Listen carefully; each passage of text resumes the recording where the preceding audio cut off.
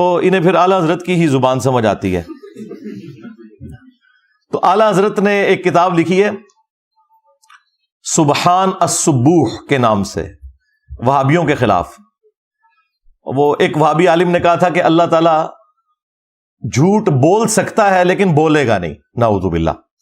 تو اس کے رد میں انہوں نے لکھا تھا کہ کوئی بھی غلط چیز اللہ کی طرف آپ منسوب نہیں کر سکتے، اور اس طرح کی گندی چیزیں اللہ تعالیٰ کی قدرت میں داخل کرنا بھی حرام ہے، کیونکہ یہ تمام چیزیں محال ہیں، اور جو چیزیں محال ہیں وہ کبھی بھی مقدور نہیں ہو سکتی، یعنی ان کو آپ قدرت میں داخل نہیں کریں گے. مثلاً کیا اللہ تعالیٰ اس پر قادر ہے کہ اپنے ساتھ کا ایک اور خدا کوئی اور بنا لے؟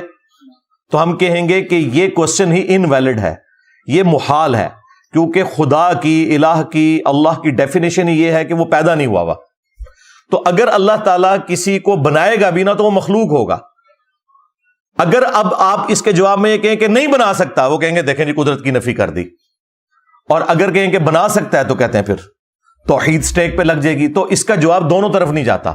اس کا جواب یہ ہے کہ یہ محال ہے. بائی ڈیفینیشن خدا ایک ہی ہے.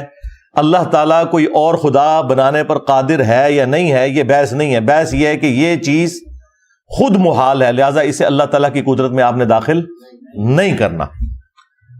تو وہ جواب دیتے ہوئے پھر اعلیٰ حضرت نے وہابیوں کا خدا لکھ کے فتاوی رضویہ کے اندر بھی اور اس کتاب کے اندر بھی وہ گالیاں نکالی ہے. یعنی ایسی غلیظ زبان استعمال کی ہے کہ وہابیوں کا خدا چور ہے، نعوذ باللہ، وہابیوں کا خدا جو ہے وہ زانی ہے، وہابیوں کا خدا فلاں ہے. اتنی غلیظ باتیں لکھی ہیں. اب ان سے پوچھو کہ مجھے تو تم کہتے ہو کہ بابوں کا خدا اور کتابوں کا خدا، اور میں تو ایکسپلینیشن بھی دے رہا ہوں، تمہارا اعلیٰ حضرت تو گالیاں نکال کے گیا ہے، اور اس نے لفظ استعمال کیا وہابیوں کا خدا، اور وہ گالیاں دی. ہم نے تو کبھی گالی نہیں دی، اور ہم لٹریچر کی زبان میں اسے ایکسپلین بھی کر رہے ہیں. تو